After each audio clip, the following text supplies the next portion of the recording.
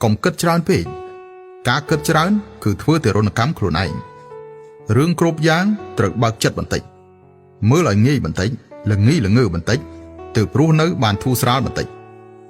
គ្មានទេរឿងមិនសប្បាយចិត្ត មានតែចិត្តមិនសប្បាយ បើសិនជាចិត្តសាមញ្ញ គ្រប់ទិសទីសុទ្ធតែស្រស់ស្អាត បើសិនជាចិត្តស្មុគស្មាញ គ្រប់ពេលមានតែការត្អូញត្អែរ ចិត្តល្អអ្វីៗទាំងអស់ទើបបានល្អ ដើរដល់ផ្លូវទាល់ត្រូវបដូរទិសដៅ គិតរឿងមិនចេញទុកវាចោលមកខាងសិន មានរបស់ខ្លះទទួលបានជាសំណាង បាត់បង់ជាជីវិត រឿងគួរភ្លេចត្រូវបំភ្លេច រឿងគួរទម្លាក់ចោលត្រូវទម្លាក់ចោល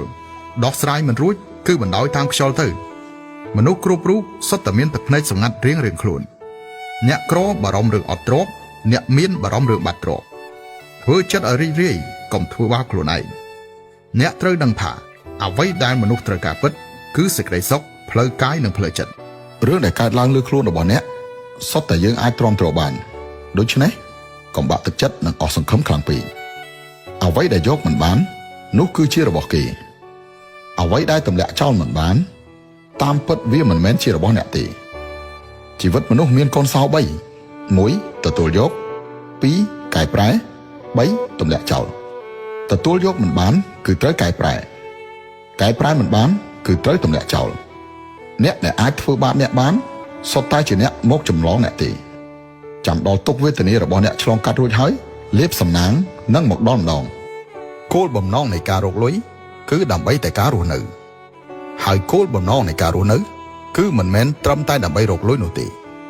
កុំទៅប្រៀបធៀបការរស់នៅជាមួយអ្នកដទៃ ការរស់នៅនេះណាប្រៀបធៀបមិនចេះចប់មិនចេះហើយ អ្នកមានលុយតែអ្នកផ្សេងមានលុយជាង តម្រូវការខុសគ្នាម្នាក់មានរបៀបរស់នៅក៏ផ្សេងគ្នា ពេលសប្បាយគឺត្រូវសើច ពេលហត់គឺត្រូវសម្រាក រូបភាពនៃជីវិតគឺស្ថិរភាពនិងភាពរឹងមាំ តាមពិតជីវិតមនុស្សគ្មានទេមិនមានសេចក្តីសុខ មានតែមិនចេះគ្រប់គ្រាន់ សេចក្តីរីករាយដែលចេះគ្រប់គ្រាន់ សេចក្តីពេញចិត្តដែលចេះគ្រប់គ្រាន់